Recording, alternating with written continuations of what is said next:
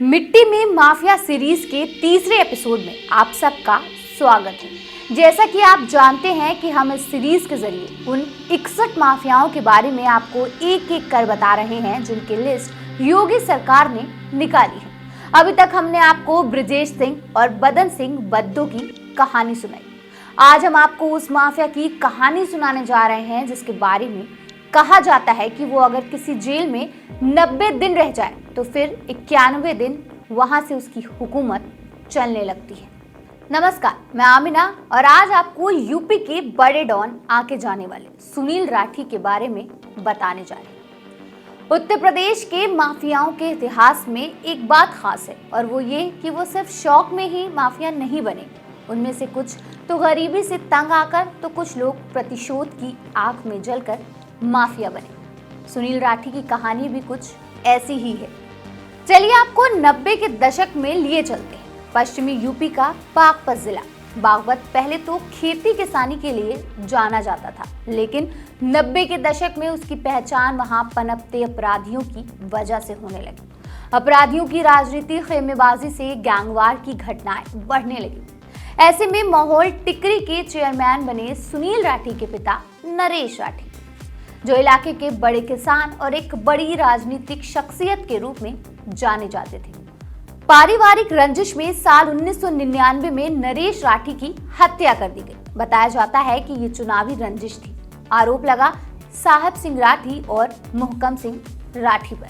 बस यही से सुनील की जिंदगी बदल गई। उसने पिता की हत्या का बदला लेने की कसम खा ली। उसने कुछ स्थानीय युवाओं के साथ मिलकर एक गैंग बनाया। पिता की हत्या के एक साल बाद 2000 में उसने अपने पिता के कातिलों को मौत के घाट उतार दिया। सुनील पर एक के बाद एक 4 हत्याओं का आरोप लगा। पूरे प्रदेश में उसका नाम चर्चा में आ गया।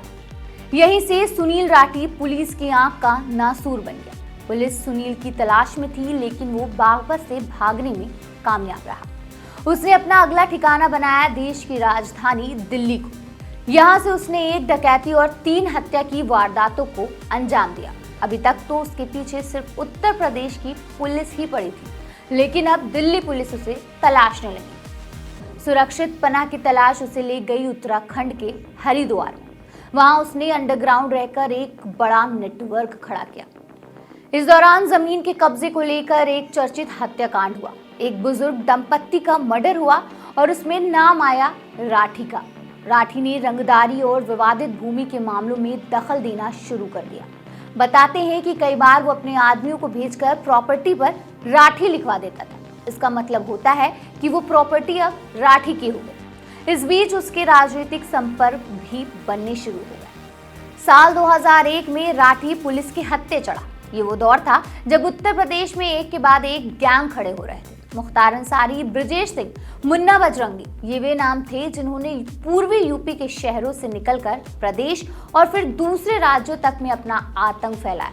इन सब के बीच में सुनील राठी अपने तरीके से पश्चिमी यूपी और उत्तराखंड में नेटवर्क मजबूत कर रहा था। जेल में रहकर कि उसने दिल्ली, हरियाणा और पंजाब तक के अपराधियों से दोस्ती बना ली, लेकिन रंगदारी, जमीनों पर अवैध कब्जे के काले धंधे पर वर्चस्व कायम रखने की होड़ ने सुनील राठी के दुश्मन भी बनाए। पश्चिम उत्तर प्रदेश के ही एक दूसरे अपराधी चीनू पंडित से उसकी अदावत शुरू हो गई। दोनों ने जेल के अंदर भी एक दूसरे पर हमले करवाए।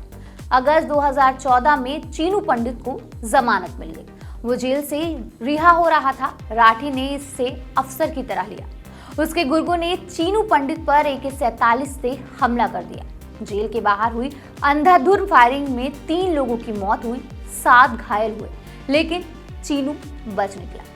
खैर, इस घटना को 4 साल गुजर गए। सुनील राठी ने इन 4 सालों में कोई आपराधिक गतिविधि नहीं की, लेकिन 2018 में सुनील राठी का नाम उस वक्त फिर उछला जब उसने यूपी के दूसरे बड़े खूंखार डॉन मुन्ना बजरंगी की हत्या कर दी। जी हाँ, हरिद्वार से पेशी पर बागपत जेल में लाए गए मुन्ना बजरंगी को सुनील राठी ने गोलियां मारकर हत्या कर दी।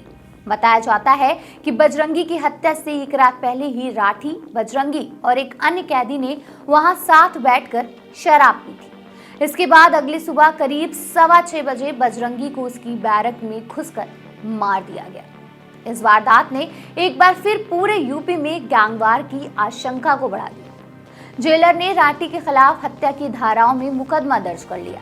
पुलिस ने हत्या की समीक्षा की, लेकिन बजरंगी की पत्नी जांच से संतुष्ट नहीं।